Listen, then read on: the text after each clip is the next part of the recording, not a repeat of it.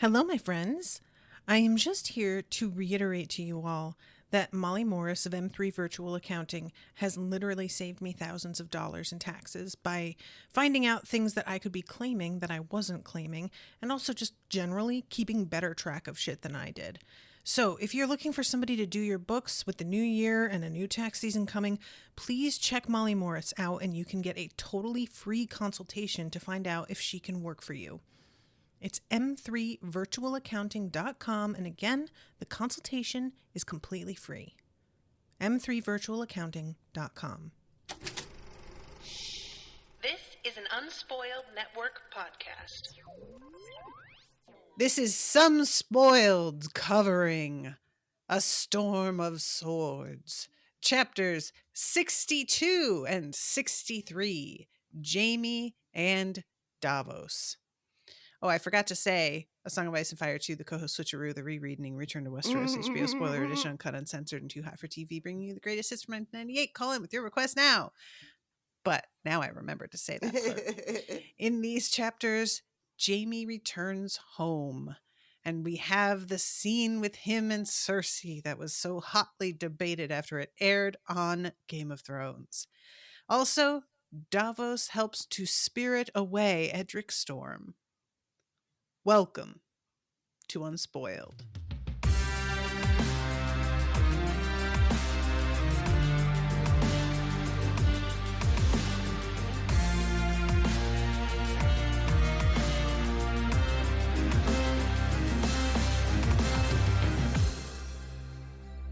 Monsters are dangerous, and just now kings are dying like flies. I am the king!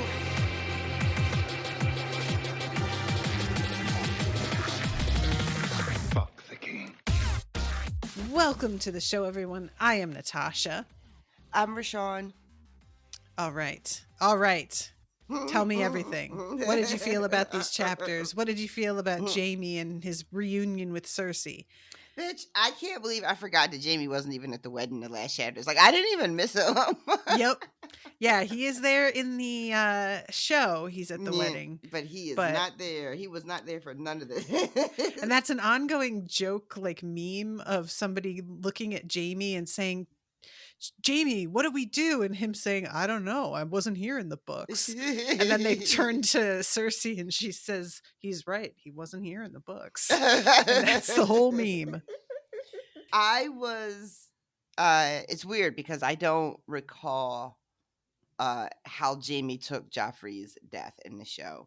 I can't remember what the emotional impact was. I remember the scene in the sept, because of course I do. But as far as like how he felt about Joffrey dying, I don't remember one way or the other. Mm-hmm. So in the book, at least, Jaime is really not that broken up about it. And I, for one, was shocked. I love this so much. Jaime keeps like trying to poke at this wound to see if he'll feel anything. And he does not feel anything. To the point that he actually says out of his mouth later on to the mother of his dead child, we'll just make another one. I swear to God. And she's horrified and he doesn't get it. He doesn't get why. Fucking Jaime, are you for real right now? I couldn't get over it. I was like, he really is like, so he's dead. That's interesting. Right? It's a real Jerry Seinfeld energy. It is real just like, well, that's terrible for you. That he's dead. But yeah, so he having him return home, I was curious how this was going to go, and I remember the controversy from the show, the scene at Joffrey's sort of like at his, not his deathbed, but his little laid out in state for the wake sort of situation that he is. Yeah. And the scene here in the book seemed very, very different from what I recall. Yeah. She seemed much more into it here Mm-hmm. The show, what I can remember, it felt very forced and like low key, almost rapey. You It know, was pretty much outright rapey, in my opinion. yeah, like I don't remember too much, but I just remember like they had her being very unwilling, which I know is like Mm-hmm. the same as saying rape, but it was the it felt like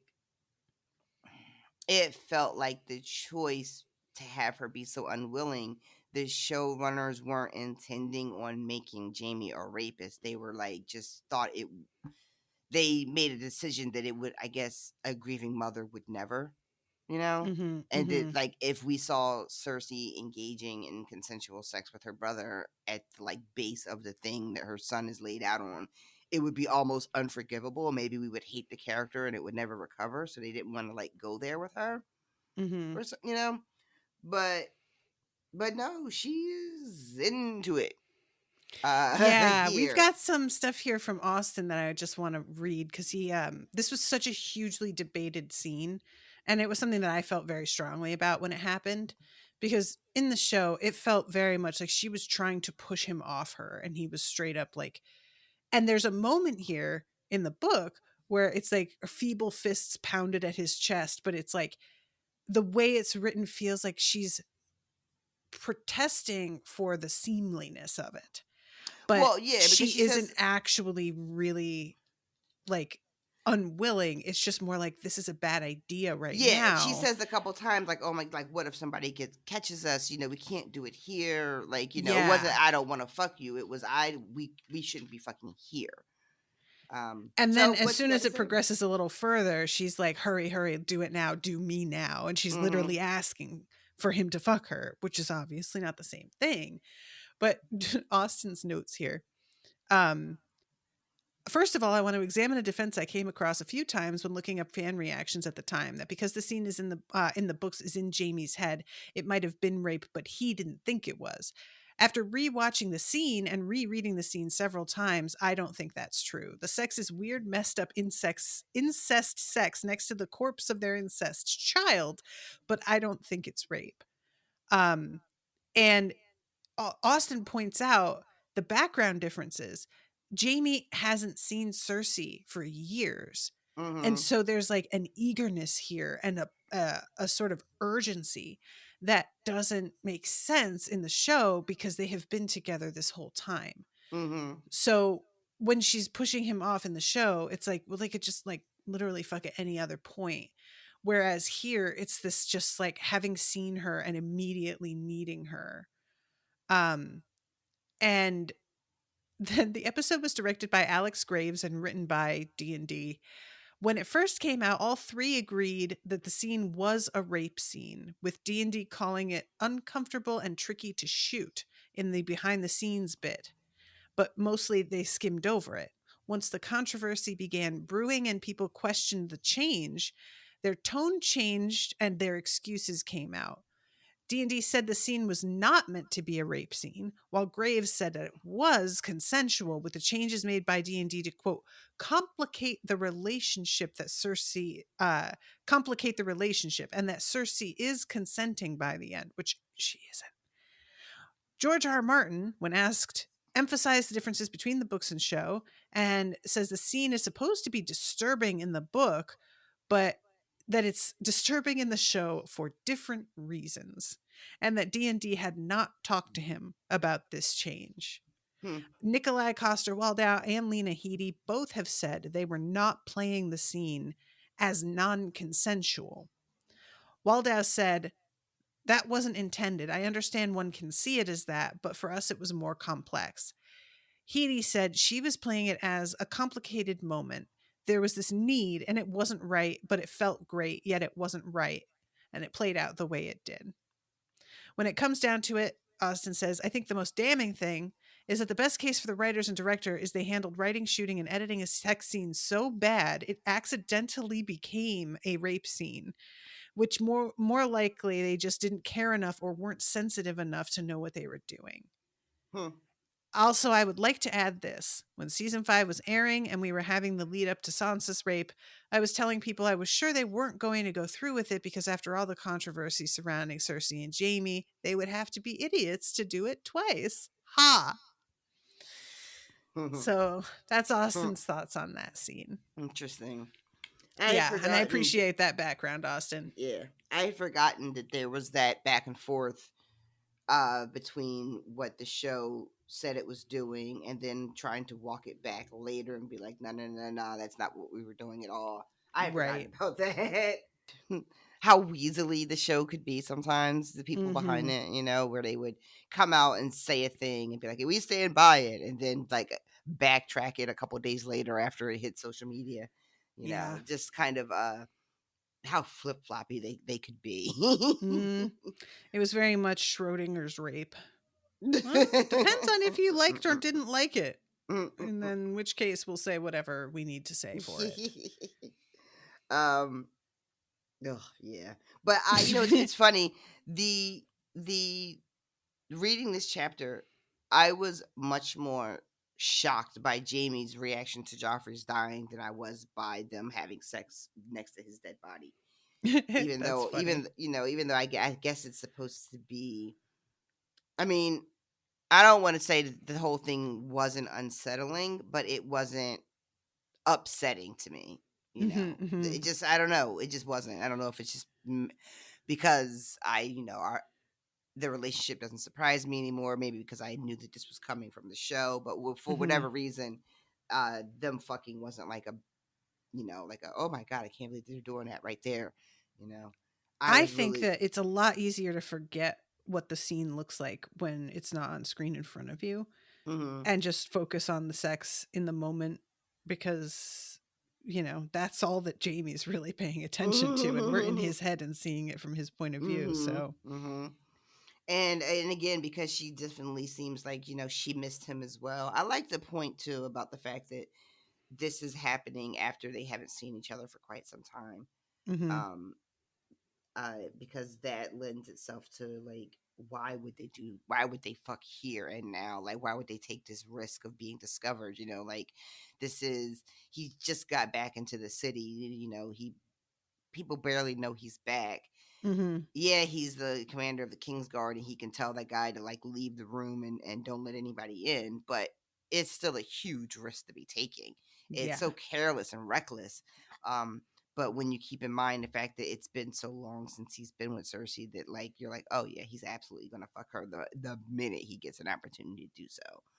Um, but again, I just was really much more struck by his just complete lack of giving a fuck that Joffrey is dead, and listening to him talk about it, and um, trying to, like, he's thinking, he is aware that his reaction isn't right. He's Mhm. like, parents are supposed to scream and wail and, tear their hair out and swear revenge and like and say they'll never rest until there's justice and all this other stuff. And he's just like, but he is Yeah. thinking about Cersei and thinking about her needs and what she'll want from him and how she'll need him, because as he says it, he's the only person that she can be vulnerable around, because she refuses to let other people see her cry because she doesn't want them to see her as weak.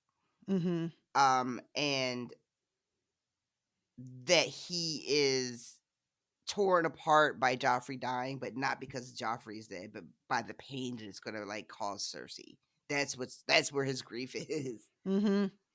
Yeah, it's Um an interesting thing that he's just so like attentive to her and can see very easily how distraught she's going to be. mhm, Even pictures her in her head exactly how she's going to look when he arrives, mhm, but he just can't make that emotional yeah. connection himself. It's just sort of an odd thing. And when he starts talking about having been in the room when Joffrey was born, but not ever even holding him, Mhm. because Cersei was concerned, she's basically something like, it's bad enough he looks just like you. We also don't need to see them, you know, fussing over him as well.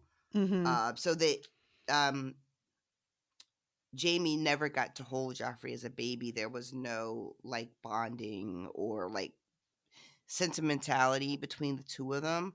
Right. Obviously Joffrey had no idea that Jamie was his father, right? So there's a bit where he says something like, Joffrey believed that Robert was his father from the day he was born to the day he died, and that's not changed just because he's dead now.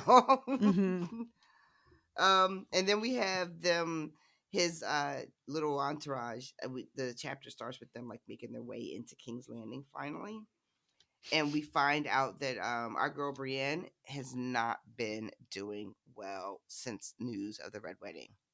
I also Yeah. love, I don't love it, but I love it. The way the news of the Red Wedding is continuing to travel. So each chapter, every time we meet a new person, we get to see them like react to this news. And how completely differently the story is being told by Mhm. the time we get to it again. Like Mhm. this where is it? Oh my god, I forgot about this too with Sansa. The dwarf's wife did the murder with him. Afterwards, she vanished from the Oh hall in my a puff God, of a brimstone. brimstone. And a ghostly direwolf was seen prowling the Red Keep, blood dripping from his uh, jaws. yeah, yeah. It's I'm sorry, that is just so funny. Ugh. There's someone else when they're talking about how he died, when they're talking about how Joffrey died, I think. Mhm. Is that this chapter was at Davos? I think it's in here. And they're like saying, oh, it was poison. Oh, he choked. And then somebody's like, no, he slit his throat with a dagger and drank his blood from a big From gold a chalice. fucking chalice. Everybody I just was calm down. Christ. like, He what? cut his stomach open and then wrapped himself in his intestines and danced up and down the hall. All right. Hold on a second. That I'm going to have to call bullshit on that. I think that someone is taking some liberties. And I think that's how the fucking chapter opens, right? Is that whole fucking slit his throat and drank his blood from the chalice. Because they're in this inn or whatever, and they have no idea that Jamie is Jamie Lannister. So people were just talking all kinds of Oh my shit. god, they are really quite aggressive with their disdain before they have a moment to stop and look at Ah, him really and my God. realize. I So wonder what that must be embarrassing. like, to be the kind of person that wields so much power that once people discover who you really are, they completely switch up. Mhm. Like, I didn't know you were the Jamie Lannister. This Just makes thought me you were think of some. that meme with the from LinkedIn. I was on my way to a job interview and when I was late because I helped a stray dog and Oh then my I God. rescheduled the interview and when I went the man interviewing me was the dog.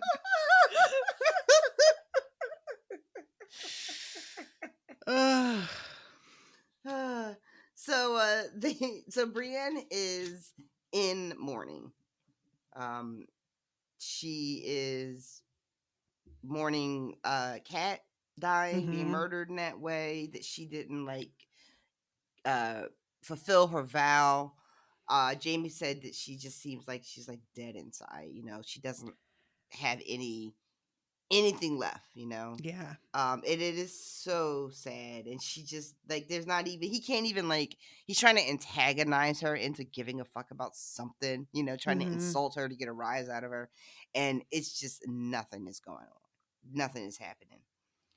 And he says I that feel so and it's bad really, for her. it is because even he's like, this is a woman who fucking fought a bunch of dudes and fought a bear and dropped a rock on somebody's head, and look at her Mhm. now, she's just like, she's broken is what he Yeah. says.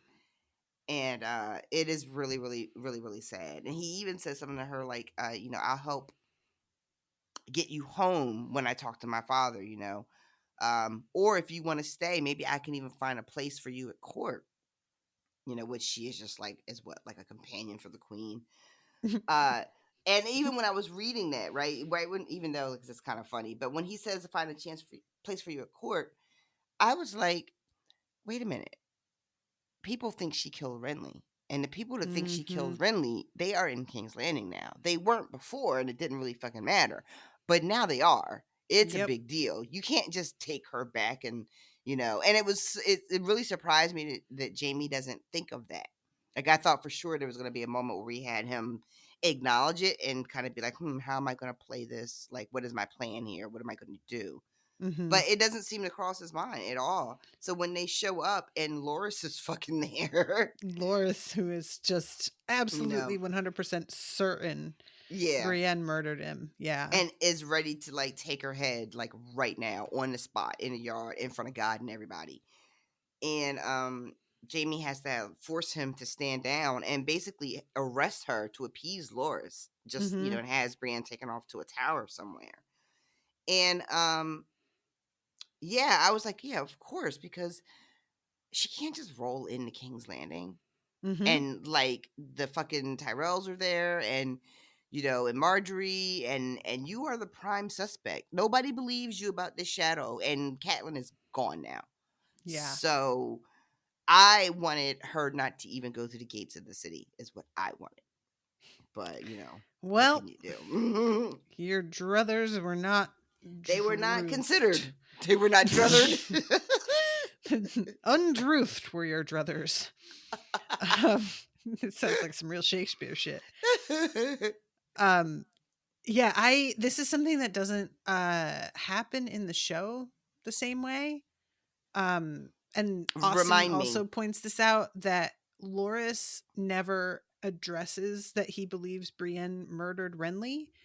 I don't recall if in the show it's supposed to be that Loris has begun to suspect Stannis for other reasons, or if he believed the shadow story, or what. I don't remember exactly how it winds up with him, but yeah, there's never a kind of confrontation like this between him and Brienne where he's so certain that she's guilty. Mm. Um and like I said, I'm not remembering exactly why not, but if anybody wants to help us out with that, feel free. But I did find it like you said, I think that the excuse here for Jaime not thinking of the accusations against her is that he has come so far in the way he sees her that the idea anybody would still think she's guilty after everything is laughable. And he Mm. just doesn't really get how nobody else's Yeah. knowledge of her has progressed at Yeah. all, sir. He That's even just tries you. to tell somebody. He's like, she's got so much fucking honor. Like, she could never do a thing like that. Mm-hmm. Uh, and yeah, they are not impressed. They are not Not swayed at all by even a that. little. Um, and oh my god. So this all happens in the yard, and finally, like, they take Brienne away.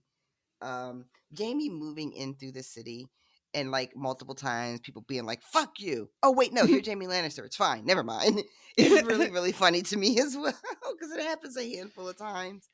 Uh and he is back in King's Landing, a changed man, a man with one less hand than he had when he left.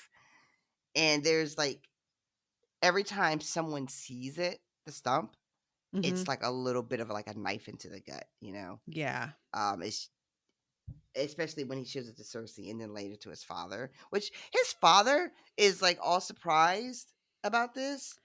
Right. I thought that he would have been informed. How does he not know this? He knows everything else that's been going on. He's got spies everywhere. How is this news to him? I don't buy it. Right?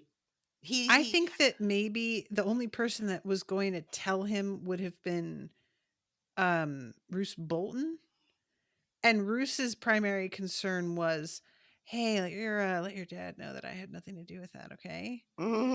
So I'm thinking that maybe it was really like, I'm not going to tell him because it's going to sound like I had something to do with it if it comes from Mhm. me.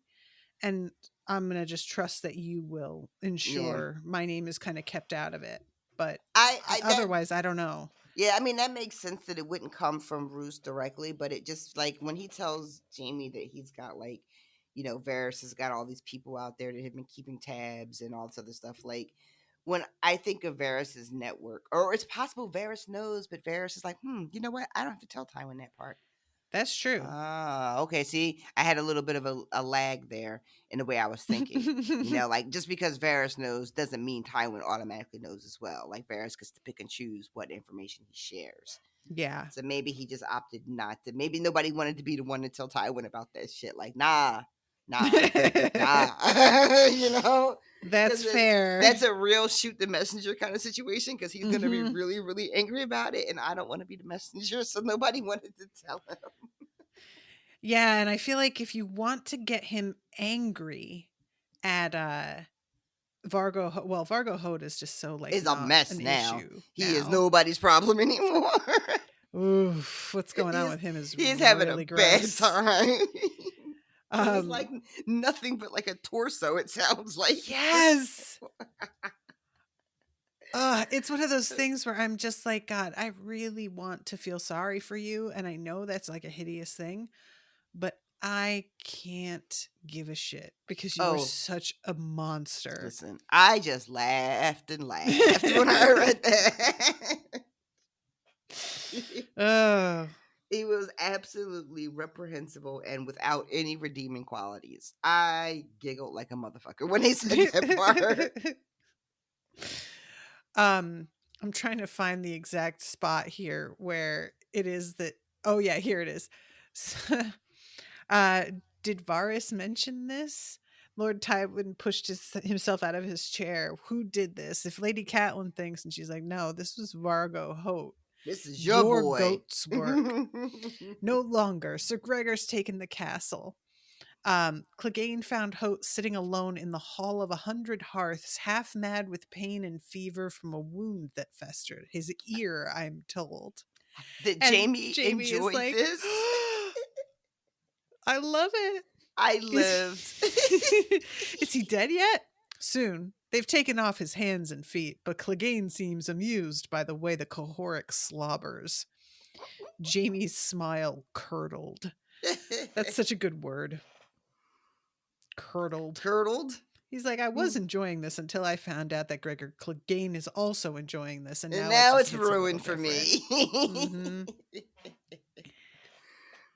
Mm-hmm. um. And So when his yeah. dad is Oh. like, "Can you use a sword with your left hand?" He's like, "Yeah, of course. Why wouldn't I be able to?" And I'm like, Jamie, I don't know Lying. why you think that's a Like, lie you can sustain, if but his father had asked him right now, all right, let's go right now, what would you have done?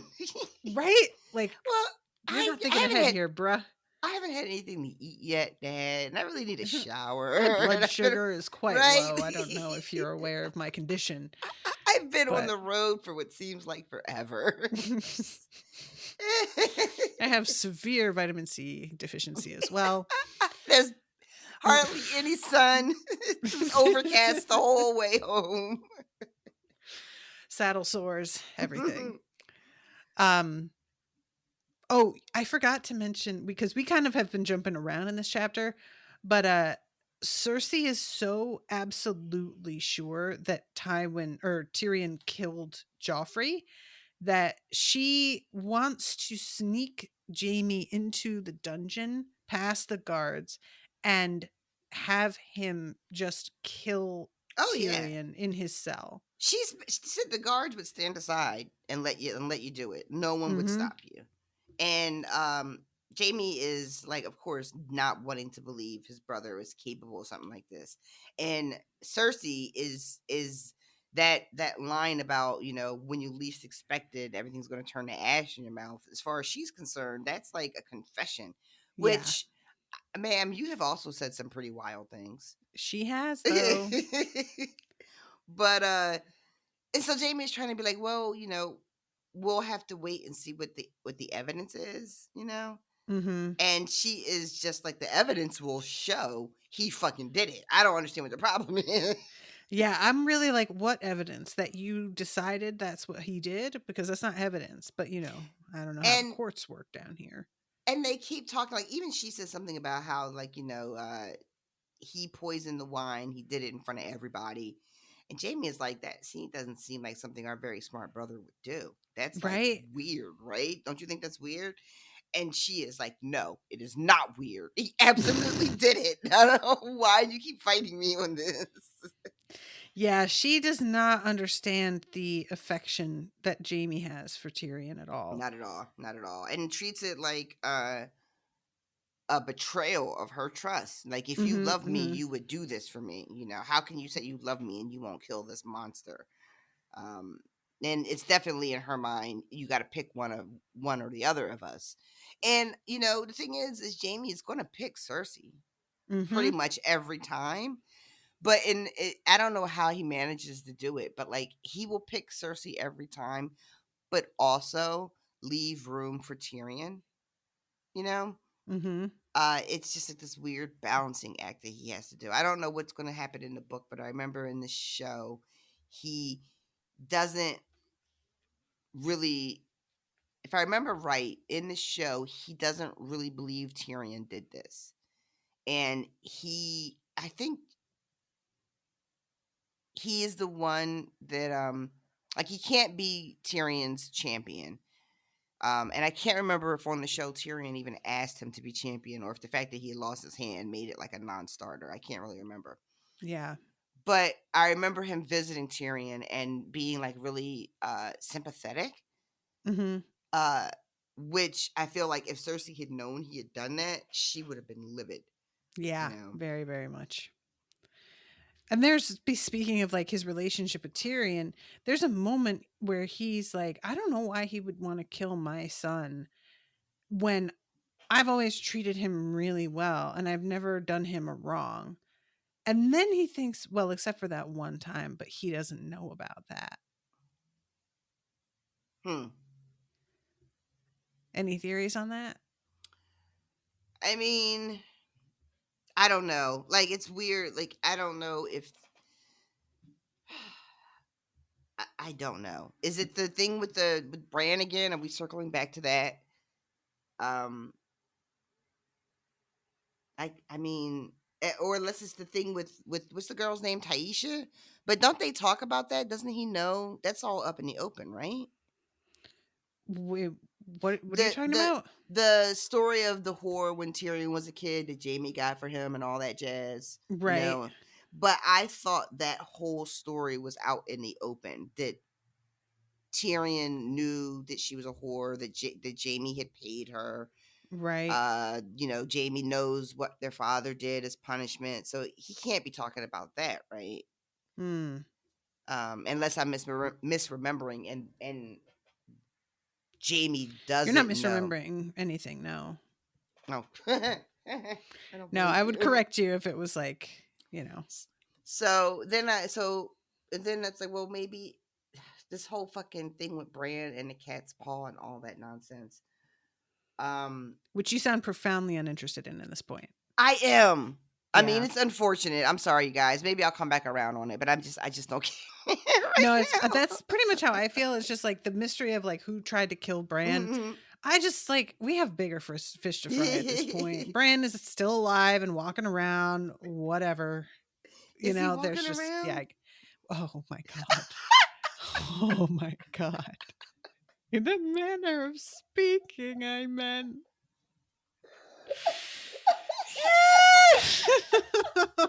Oh no.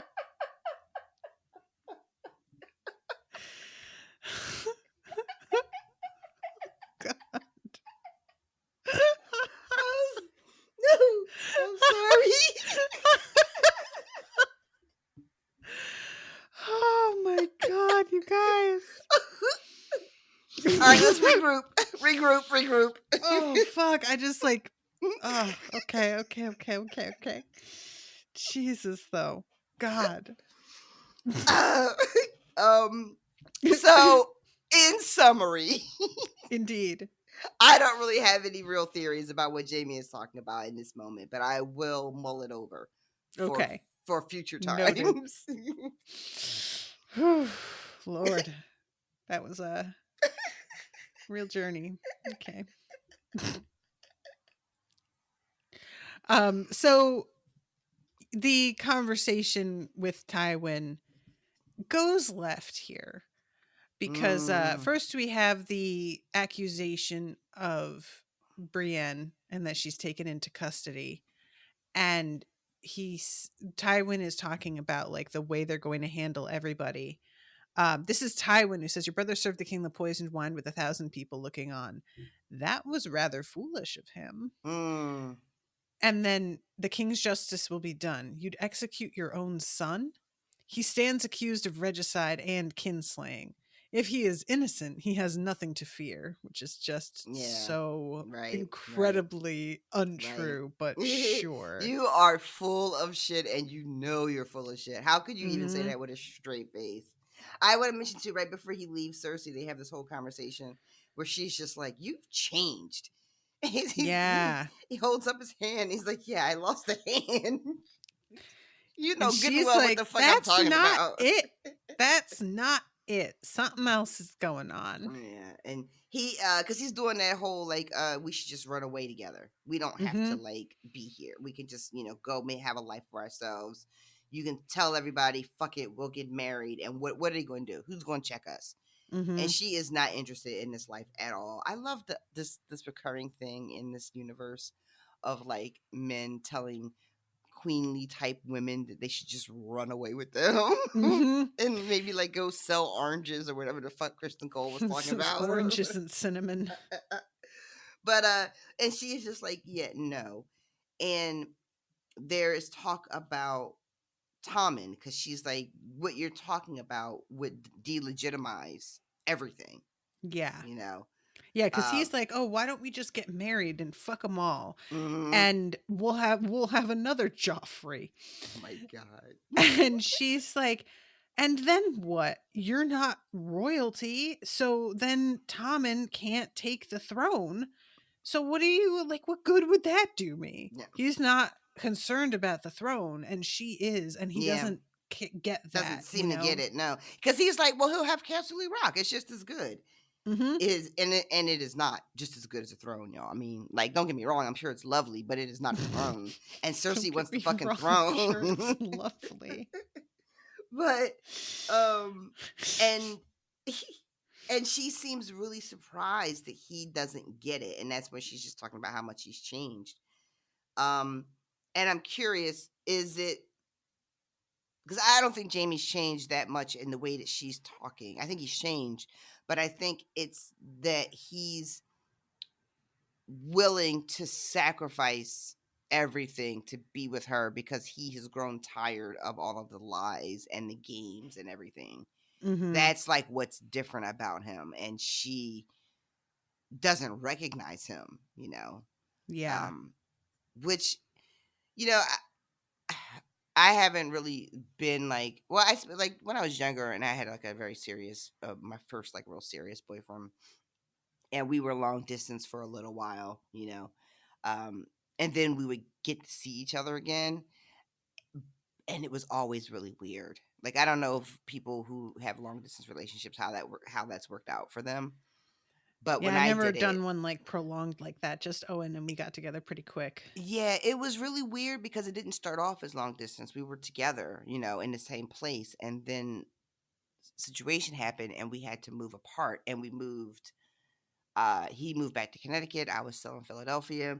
At one point he was in Philadelphia and I had moved down south, so we would have these periods of extended periods of time when we weren't together, and then you would get back together, and you would want it to like be how it was before, Mm-hmm. and you could never like quite get it to that because Mm-hmm. in the time that you're separated, life is still happening, Yeah. and they're going through shit and things are happening to them and their perspective is changing in all these little ways.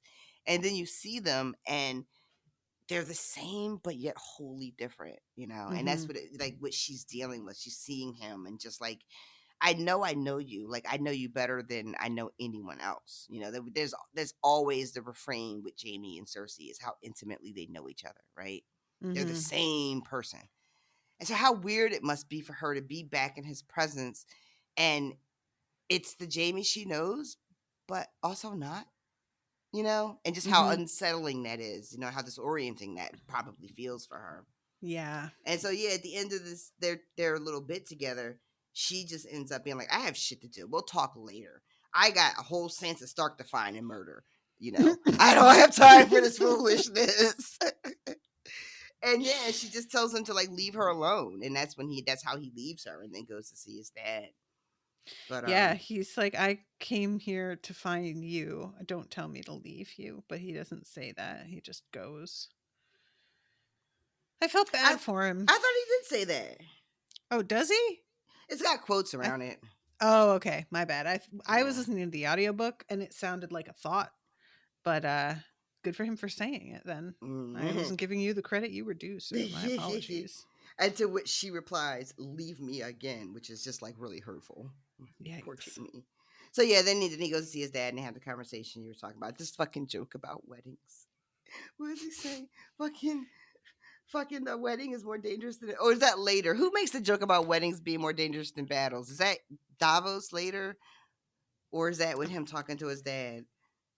I'm trying to find this spot with his dad because he's like talking. Oh, where is it? It was poison that killed Joffrey, not sorcery. You cannot serve in the King's Guard without a sword hand. I can and I will, because his dad is trying to set him up to marry someone, and he's thinking like Mm-hmm. Marjorie potentially. Mm-hmm.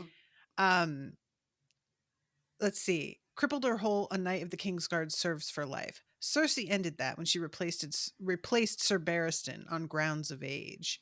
Oh my god. Someone needs to close those gates again. I'm tired of having highborn women kicking pails of shit at me, father. No one asked me if I wanted to be Lord Commander, but it seems I am. I have a duty. You do. A duty to House Lannister. You are the heir to Casterly Rock.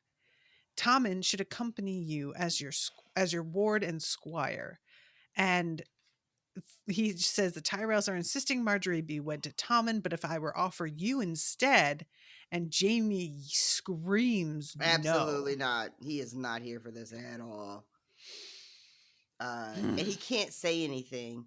Because like he can't say anything to his dad really about Martell marrying Cersei and why he would be against it. But in his head, he is just like, that can't be right. How could you, Yeah. like, that man? He's infamous not just for poisoning a sword, but he has more bastards than Robert, and he sleeps with boys as well. Mm-hmm. Um, but he doesn't say that. He's just, this is what he's thinking. And Tywin, because I guess Jamie is like thinking all this, so he's not speaking. Tywin He is like, does say the man's infamous and not just for poisoning his sword. He has more bastards than Robert and beds with boys as well. And if you think for one misbegotten moment that I would wed Joffrey's widow, "Oh, you're that's right. all Yeah, he says. All of that's that out right." loud. Like he says no, then he thinks to himself a little bit, and then he starts talking again. You're right. Mm-hmm. And then Tywin is just like, "Well, Tyrell swears the girl's still a maiden, as if that's the fucking point here. That's what Jamie cares about." He does not get it at all. He does not. He does not. So this goes really badly because now that he said all this to uh, his father's like, "Well, fuck you. You're no son of mine anymore." Mm-hmm. Which, I mean, Jesus fucking Christ. Yeah. You tell your dad no one time, and this is like, he's like, "Well, that's it. You're dead to me then." Well, I mean, to be fair, when he says, "You are my son," Jamie replies, "I'm a knight of the Kingsguard, and that's all I mean to be." So Jamie He says knows good and well he basically, didn't "I mean it don't want like to be that. your son." And I feel like Tywin is just going, "Oh, well, He okay." knows good and well that is not what Jamie meant.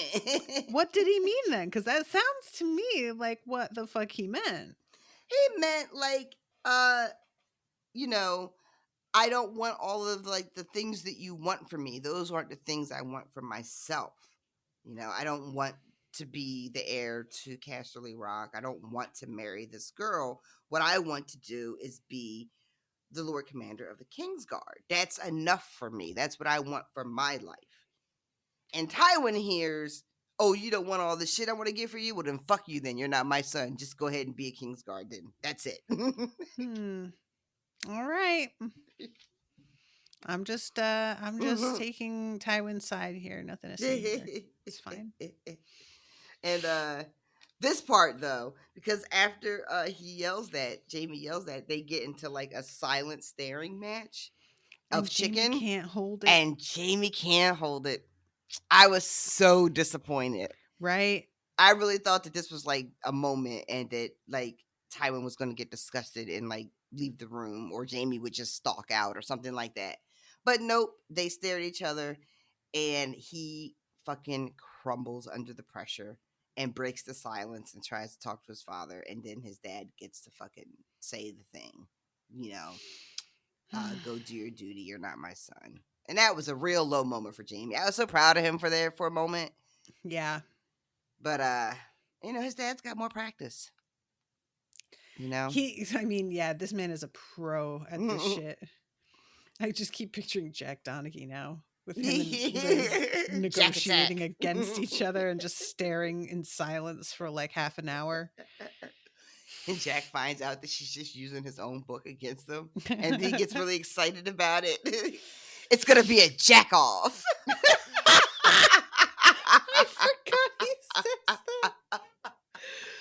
Oh my god. Oh shit. Did you see they charged him with manslaughter? I sure did. Couldn't happen to a manslaughterer man.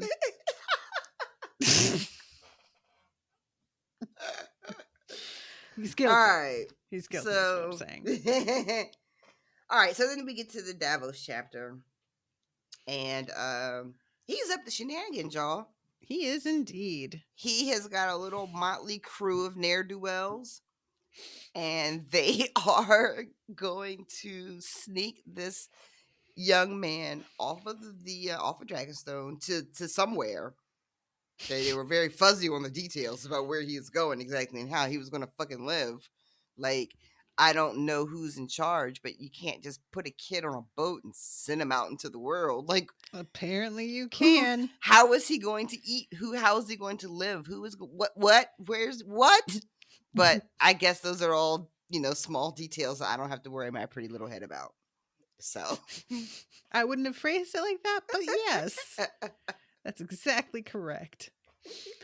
And yeah, all of these dudes, like, we start off with a worship at a night fire. Oh, and boy. Davos is like looking around at everybody who are chanting along with Melisandre, and Princess Shireen is here, and the queen is very like fervent. Oh, she's in it. She's in it to win it.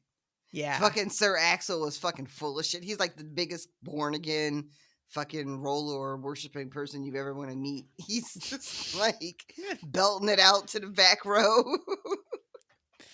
But he says about Stannis something like he is with them, or he's among them but not with them. Mm-hmm. He notices that Stannis is up there, but it doesn't seem like his heart is really into all of this in the way some of the others are.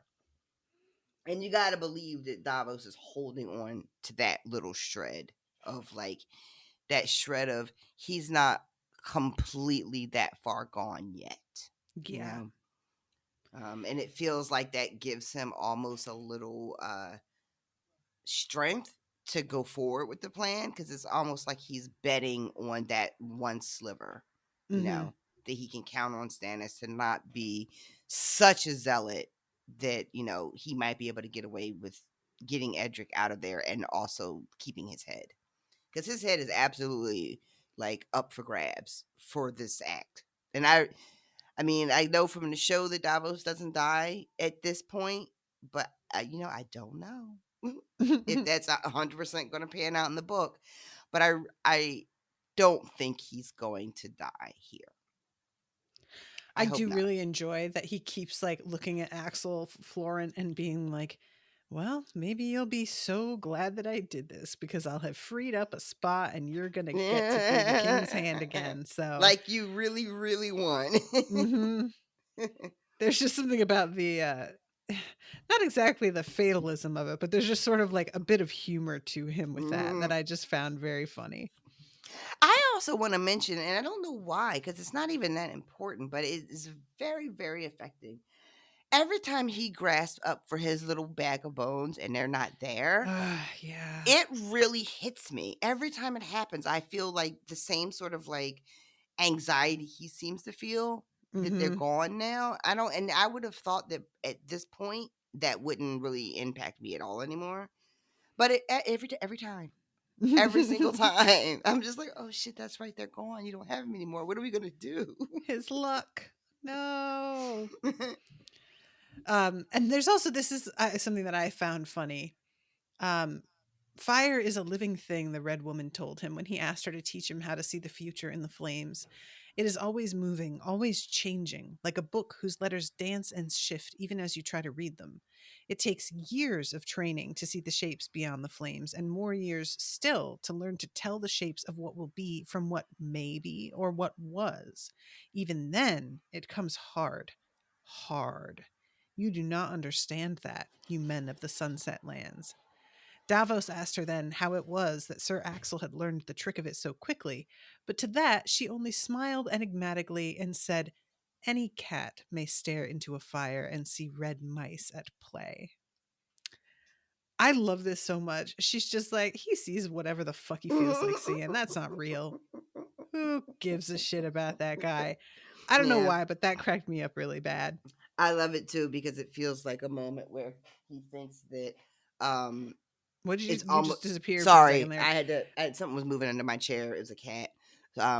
But this moment of almost like a gotcha where he's gonna like he thinks that he's gonna have to put her in a position to either pretend like she believes that Sir Axel really does see things, or like call him out for being a fraud, and then Davos could be like, "But haha," but she's just like, "Yeah, I know what he's doing.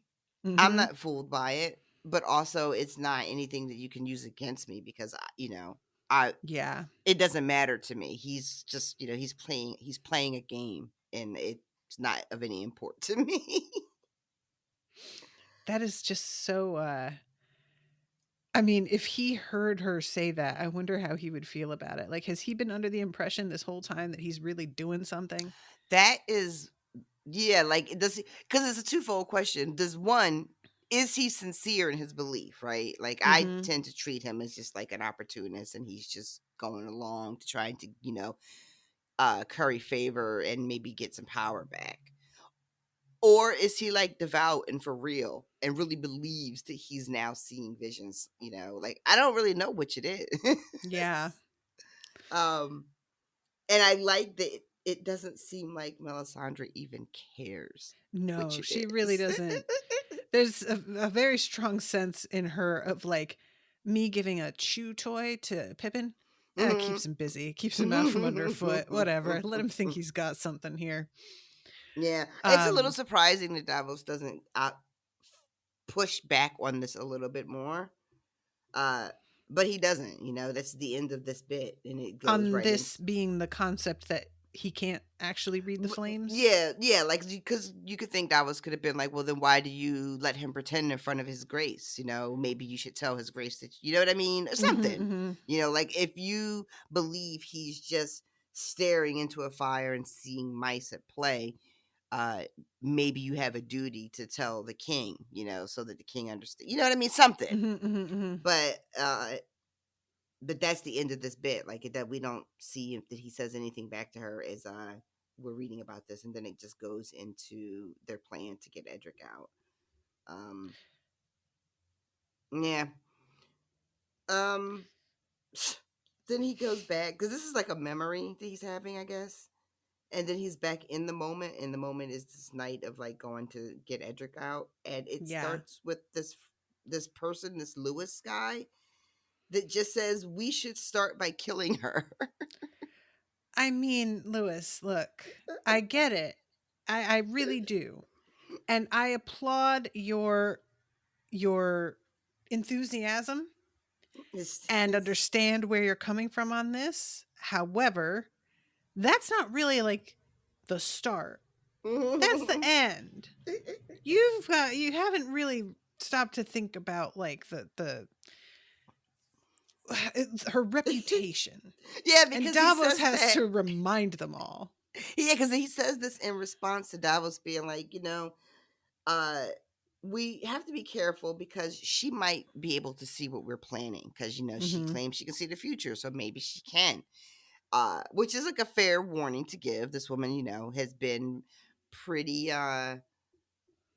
pretty slick up to this point. She's been Mhm. able a lot of to save herself a couple of different times, and also he's seen her like poop out a shadow baby that killed the king. So Davos is right to be wary of her. And literally drink poison and it has no effect Mm-hmm. whatsoever. Mm-hmm. So he's just like, hey guys, we all want to be careful, and just keep in mind, it's possible she knows we're doing this. She might have Mhm. seen this coming. And then Lewis is just like, yeah, we should totally just kill her then to be safe, to be on the safe side of things. And it's just like Mm. what Davos's theory is that if they don't try to move against her personally, Mm-hmm. it won't show up on her radar, so to Yeah, they're gonna speak. just try to like fly under the radar and hope that like she's so busy looking for other things and Mm, other dangers that because he's like she can't see everything all the time, can she? yeah. That's not possible. And one of the guys is like, "There's no honor in hiding and sneaking," and I'm just like, "Sir, wrong time. Oh This my is not the place god. for that. What are you talking about? Get out of here." Davos is like, yeah, there isn't. Is it so honorable End to of. burn? End of Davos says. sentence. Like, So, I don't know what you thought we were doing here, but doing it for mm, honor is like kind of not the point. you have So, misunderstood the assignment. indeed, sir. Indeed. So they go and they interrupt the lessons, and this little kid is doing his math, and they are like, "You need to come with us. We have to go." And to his credit, Edric asked questions. I mean, he's still putting his cloak and shit on, like he's still Hmm. packing his shit up to go, but he's asking like questions. Are you coming with me, Maester? No, he's not. Davos, are you coming with me? No, I'm not. But they're telling him they have to leave Dragonstone, and he actually threatens to be like, "I want to talk to the king. Does the king know you're doing this? I want to see my uncle." And Davos has to lie to him, which for like it's so funny. Anybody else in this book says I have to lie, it's like okay, it's Monday. But Davos having to lie to this because Davos doesn't lie, Mm-mm. you know, and Yeah, he he really had doesn't. it. So it was so striking to have. He tells his kid, and really he just fudges the truth. He basically is like, you don't want to make your uncle angry because look what happens when he's angry, and then he shows him his fingers, and it works. It works Hmm. like a charm. And I So love it's Edric just being like, he should not have done that. He's so like proper about it. that was too far. I will have a word with my uncle. You wait next time I see him. I'm gonna give him a talking to. But and it's a small little little lie, but it's so out of character. Just uh, so they And convince Davos him, is like thinking also, and this isn't something that he did when he was mad. right? He just did this because that was what he needed to do to drive home a lesson, and he was right to do it. Right to do it. Davos is just so weird with his He like, is you know? a really fascinating character. His sense of right and wrong is it's funny too because we talk about how rigid Stannis is all the time. Mm-hmm. Um, but Davos also has a very clear like moral code. That he is really reluctant to cross certain lines, which is why we see him going through all this trouble to save this kid because well, one just on its face, what they're planning to do to Edric is just wrong. They're gonna murder him and sacrifice him, Right. and Davos is just like, no, we're not doing that on my watch. But also, I think Davos really believes that Stannis would hate himself if he did this. Mm-hmm. Mm-hmm. You know, so he's also saving Edric, but in a way, in his mind, also saving Stannis from, if not from himself, from the influence of Melisandre and these people. Yeah, I agree with that. Um, but I don't often think of Davos as being rigid in the way that I think of Stannis as being rigid. Even though Mm-hmm. they both have such clearly defined ideas of what is right and what is wrong. Um, yeah, so Davos's devotion to Stannis really is something. His And I wonder, like, because he talk when you're in the Davos POV, he talks a lot about how Stannis lifted him up out of the gutter of being a smuggler. Mm-hmm. Raised him up to a lord, and now like hand, and this intense. I don't know. It feels like loyalty isn't even the right or strong enough word for what he has. Yeah. It's like he has this devotion to Stannis, but Davos isn't an idiot. So just the mere fact that he has so much respect for Stannis makes me feel like there's some bits of Stannis that I just don't see yet. Like I Mm. trust Davos's opinion so much. I'm like, shit, there must be something there if he's this, loyal to him. Mm-hmm. What am I not seeing, Davos? Tell me. What am I not seeing? I like that. It's just being like Varys with Tyrion and Shay. I just don't really get it. What's going on there? And there's a long section of like Davos just thinking about the fact that he rose too high too fast because he Mm, feels very much out of his element here. There's such a strong sense of like, God, I'm going to die. I'm going to die doing this. I don't know mhm, why I'm even here. This isn't my job. I don't mhm, do this mhm. stuff. Like, what everybody resents the smuggler having this job, and they're not like entirely wrong because this isn't my purview, my wheelhouse, my ministry, whatever. And he reflects on how like if I get through all of this, I'm going to go back to my wife and we are just going to have a farm and not ever talk about kings again. He's just like, fuck all of this. Mhm. I low key wish he would just sail home right now. I know he can't. He would never just abandon his post in that manner. But Right. I desperately want him to just be like, you know what? This is all for Fuck the it. birds. I have lost 4 sons already in this pursuit, and I've had enough. Mhm. Going home. But you know what? He's got a kid there that's all like wrapped up in this whole new religion now. Yeah. So I guess he wouldn't just leave his kid there if he could help it. But I want him just to I go home. guess. And then he goes into when he's having these thoughts about himself and how he got into this position. He goes up into that room with the painted table, but he's in there by himself. Mhm. And that's a really intense room to be in. It's like being in like the war room or whatever. Yeah. And I love that he's having this conversation and these thoughts in such a storied room where it really feels like, yeah, he's out of place. He's Mhm. not supposed to even be here in this room. Like, how did he get here? Yeah, the combination of like anxiety but also at least I'm here to fucking keep him from doing something horrific.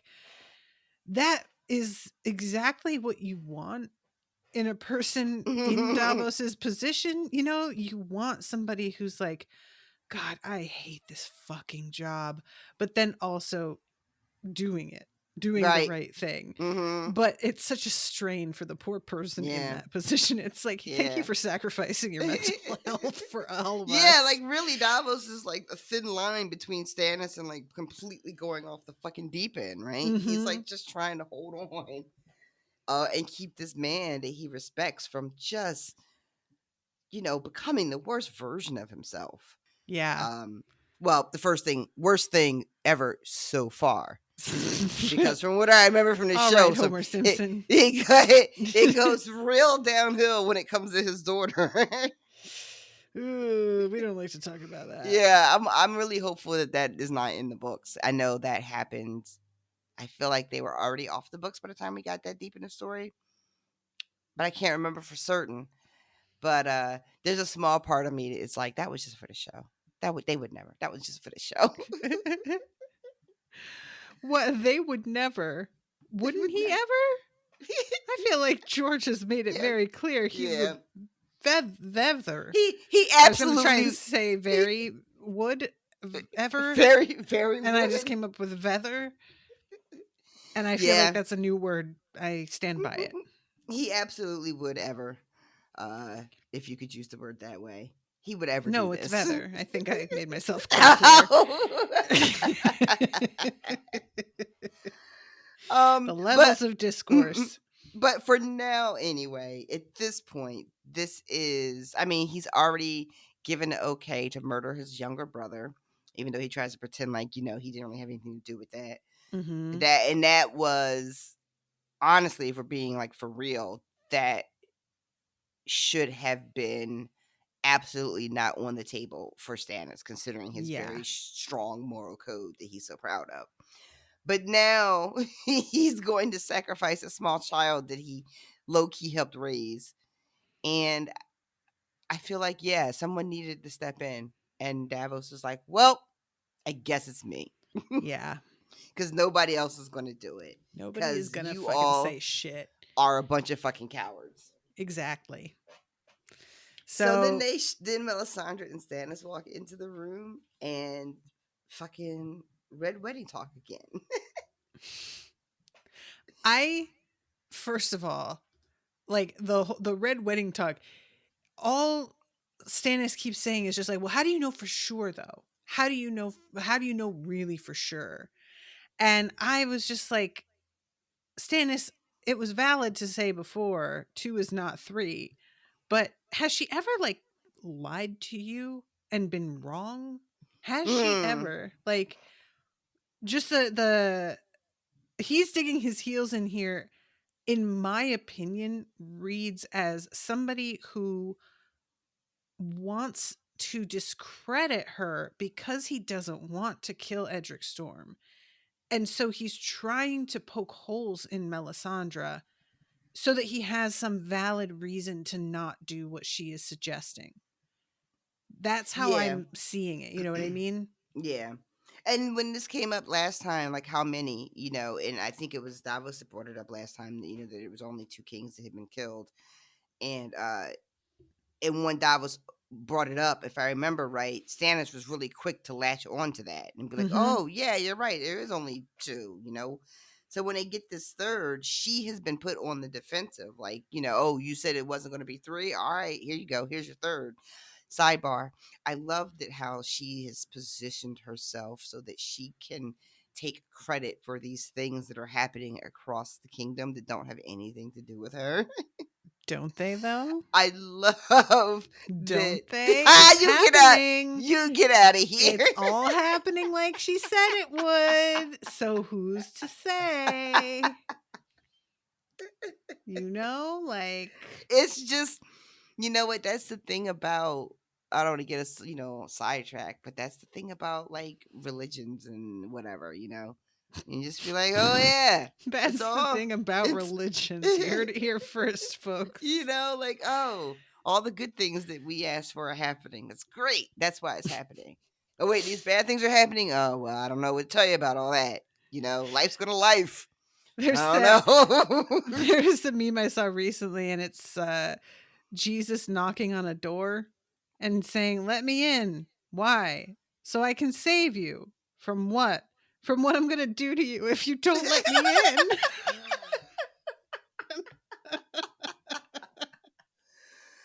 I was like, that's fucked up, but honestly, That's that is really kind of what it comes down to, I guess. Like, That's actually really good.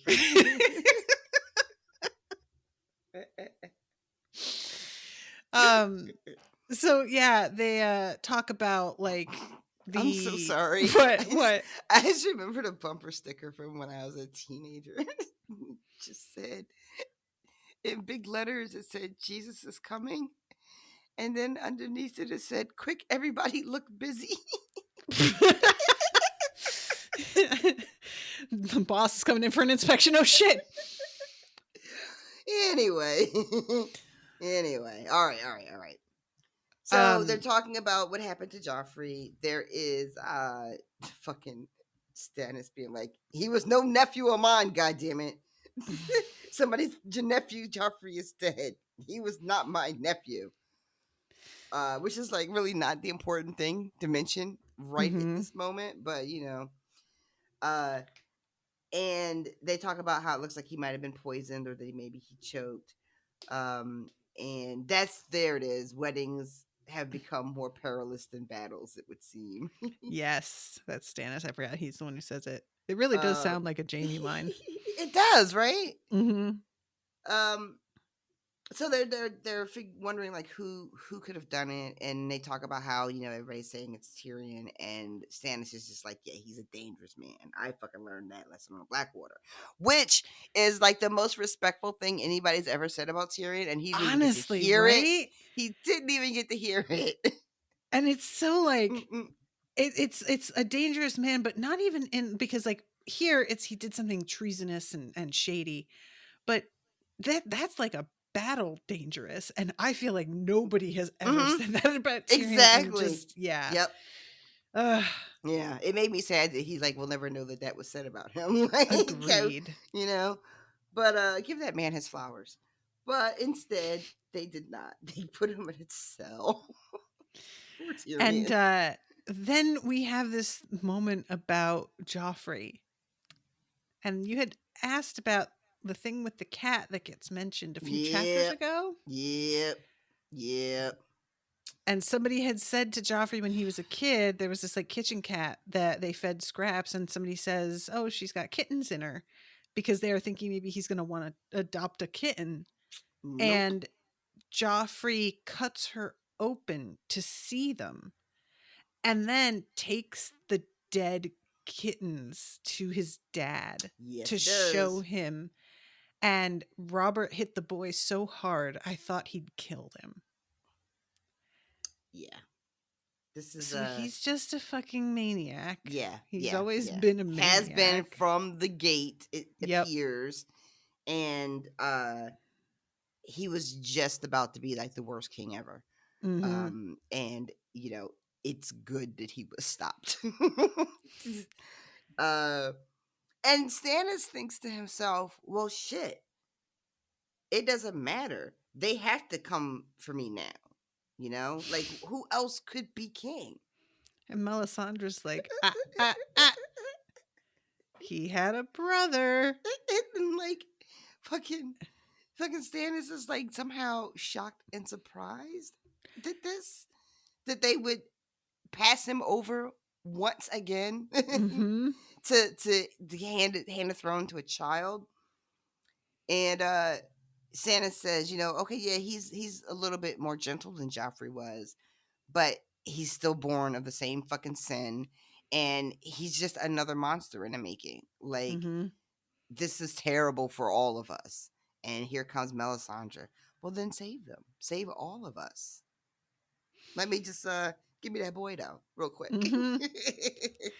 Hey, would you hand me that water bottle real quick?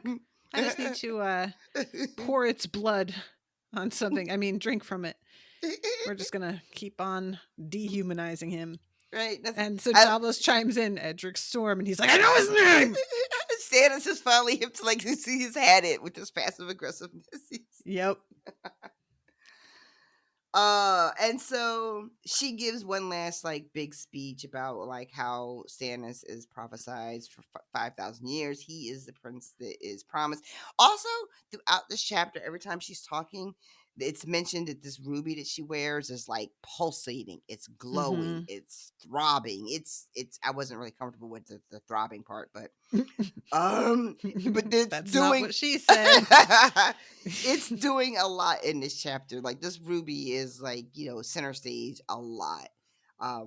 Which I just thought was an interesting choice. And it feels like whenever she's getting like really excited about or very passionate, then this ruby seems like it reacts with her. So she's talking about, him being the prince that was promised, and if he fails, the entire world is going to end, which is a lot of pressure. And she's begging, just give me the boy, and I'll give you your kingdom. And finally, Davos is like, wait, that's not going to happen. That shit is off the table because he's gone now. That ship has sailed. Get it? Did you get it? I don't know if you listeners out there get it, but he was put on a ship. And then he sailed ship away. has sailed is a commonly used idiom for a subject being closed. Anyway, I'll be here all episode. Davos is like, he's gone now. He's on a galley. He's halfway out to sea. You can't do anything. And Stannis is, oh, I love this real quick moment. Davos, when he says that, he sees Melisandre react and realizes that she didn't fucking know about any of this. Like, she didn't see it. So he grabs onto that moment and he's very excited about it. But he looks at Stannis and Stannis is like, they took him from Dragonstone without my permission on a galley? How in the world, if that pirate thinks he can use this boy to leverage more money? And Melisandre's like, sir. He isn't getting it one little bit. I need you to catch up. I swear to God. And because it's just like the idea that Davos would do anything, like, it just, he doesn't understand how important this is to Davos, what he would be willing to risk. No, he does not. He doesn't know how important it is, and I don't think he understands the why of it either. You know, the why. Stannis doesn't see that this is a desperate act to try to save some of Stannis's humanity. You know, Davos is desperately trying to save this man from himself, and he just does not seem to see it, or doesn't care, or what. I don't know exactly. Yeah. But so yeah, when it hits him that Davos is the one who did it, he is just like, why? How could you do that? You know, maybe I should have just left you in the dungeons. You know, do you have any idea what you have done to my cause? Basically, like, you just sabotaged my whole shit. Is what you just did. I raised you up from the dirt. Was loyalty too much to hope for? Meanwhile, Davos is the most loyal motherfucker in this whole bitch. For real. And that's what he says. 4 of my sons died for you on the Blackwater. I nearly died. Of course I'm loyal. But you made me swear to give you honest counsel, and what the fuck I am doing is honest counsel that you're doing the wrong thing and should stop. I love that. It says, I promise to help you defend your realm against your foes and help you protect your people. Is Edric not one of your people? He doesn't answer that question. Bars. Stannis just does the whole basically, I never asked for this. I have to make sacrifices and you don't understand.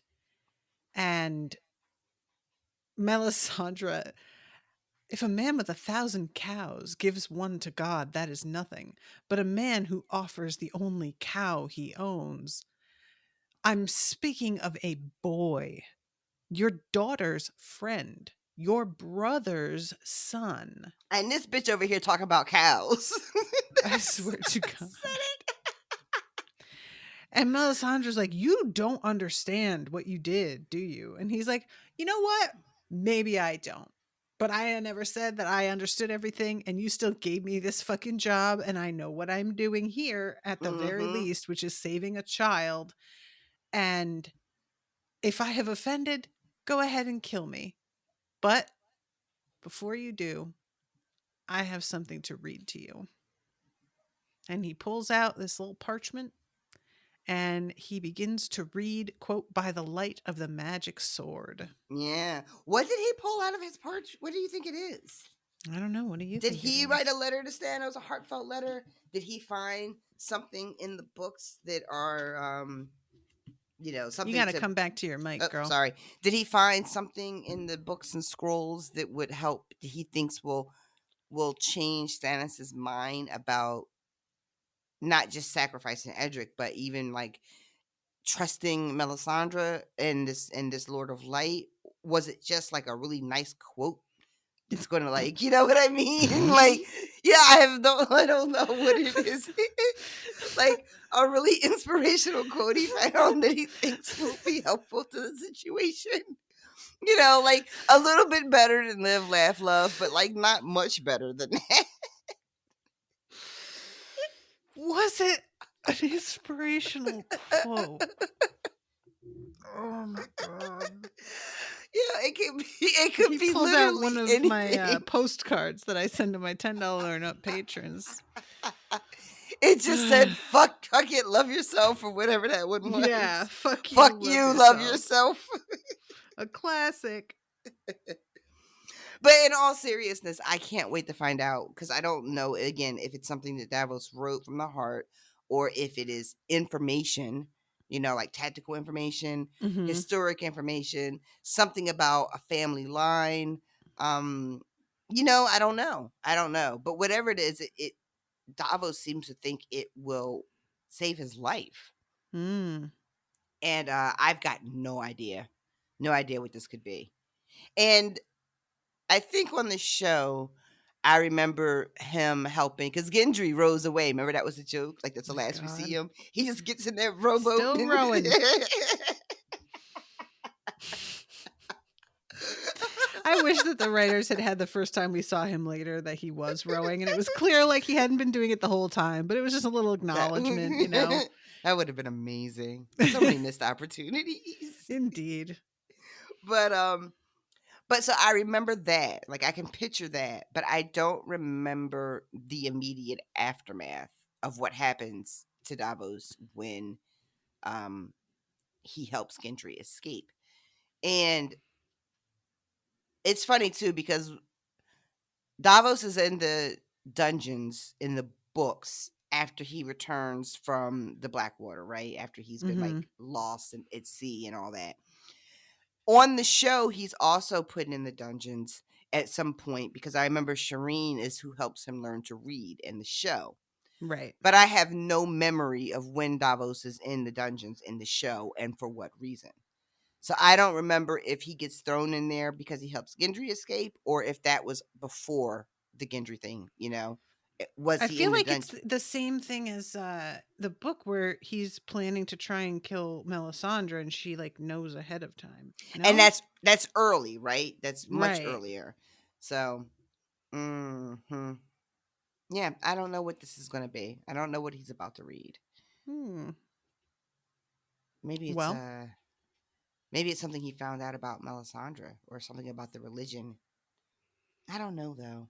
That doesn't seem right. Why would the old parchments and stuff that the Maester have information about like a religion from the other side of the world? why wouldn't they? I don't know. I think I was under the impression that this was like basically kind of like a smallish cult that had almost like died out and is just experiencing sort of a rebirth now on the other side of the world. Okay. But I don't know how true that is. That could just be a mix of like shoddy information from everywhere. Well, we'll see. Yeah. We'll see.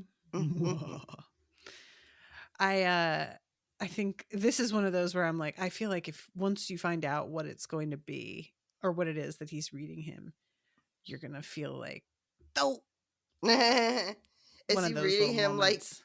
like the something that Stannis once said himself? Is he about to throw some words back in his own face? That would be actually really fun.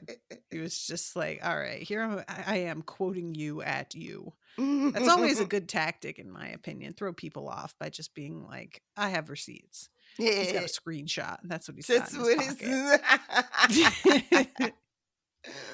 Is this you? This you is always one of my fucking favorites. And they've been getting a lot of mileage out of that with the PPE loans things that have been going around there for a bit. Yeah, that was a lot of fun. People were just like, the fact that people just come out and say anything without realizing that stuff can be checked in like 2 seconds. It's really wild to me. Like, oh, you just come out and tell the whole world that you didn't do a thing. That's why George Santos is so this is such puzzling to me.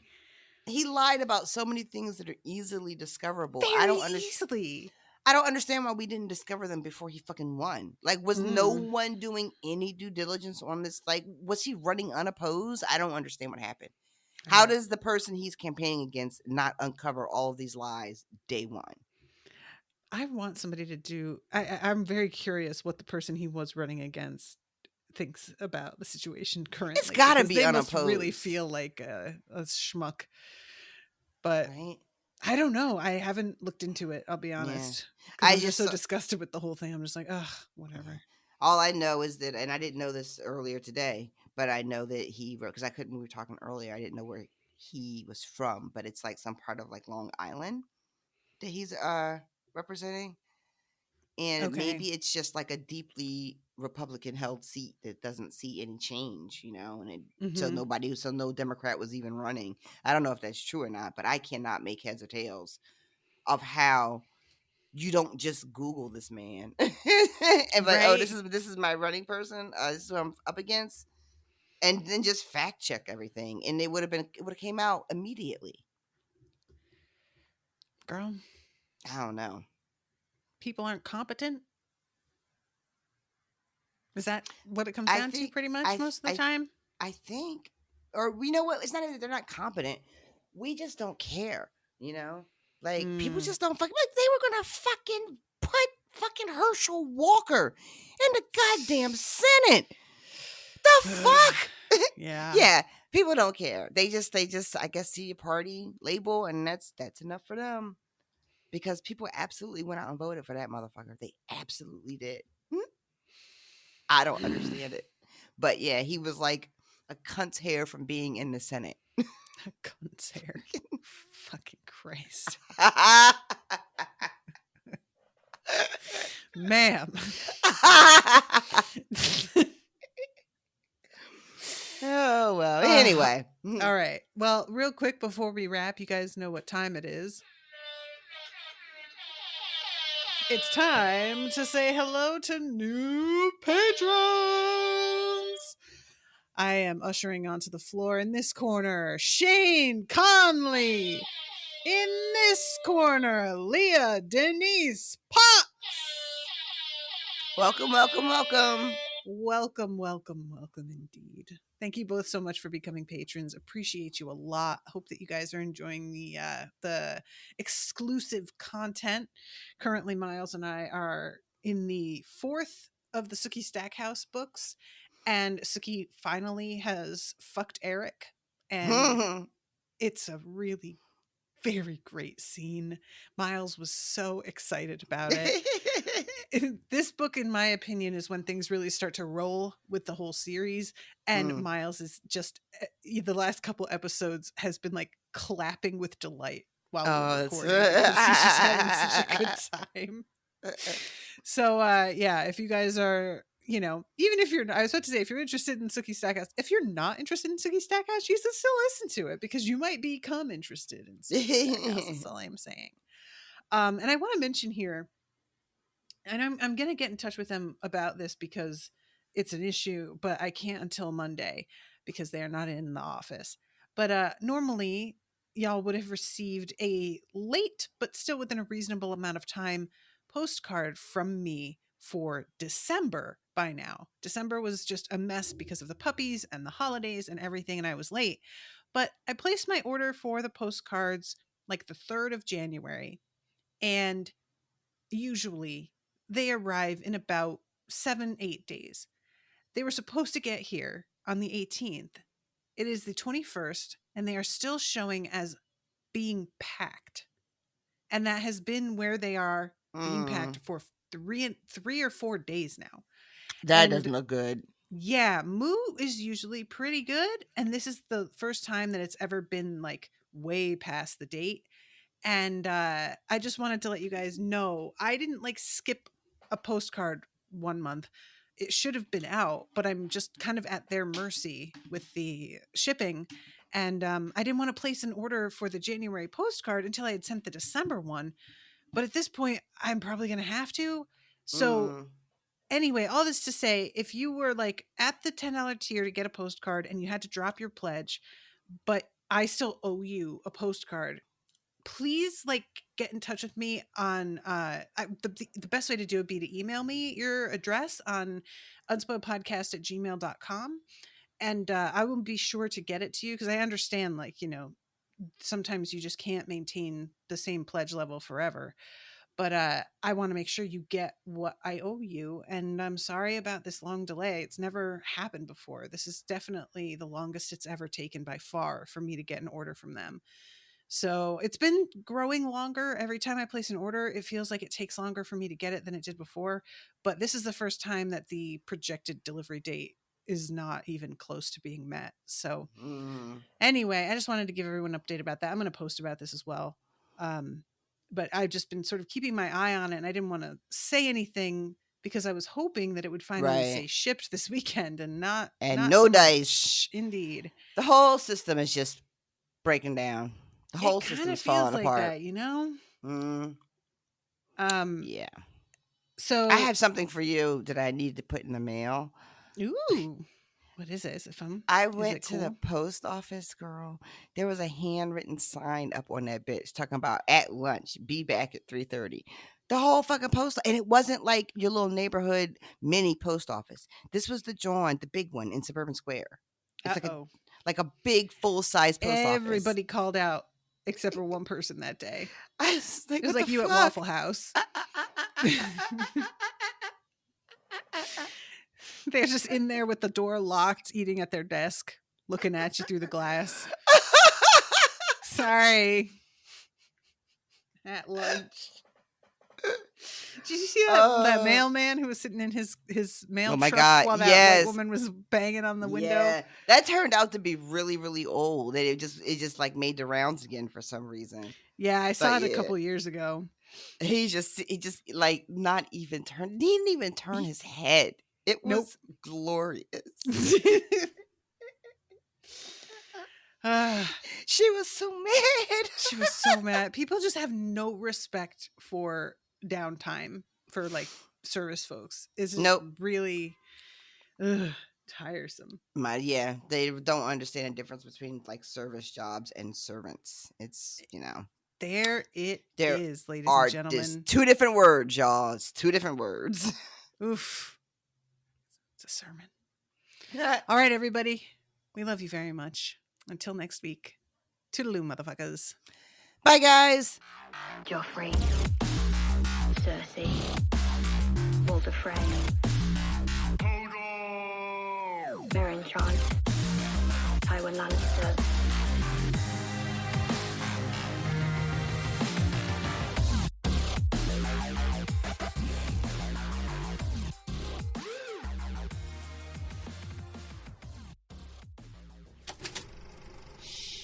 That was an Unspoiled Network podcast.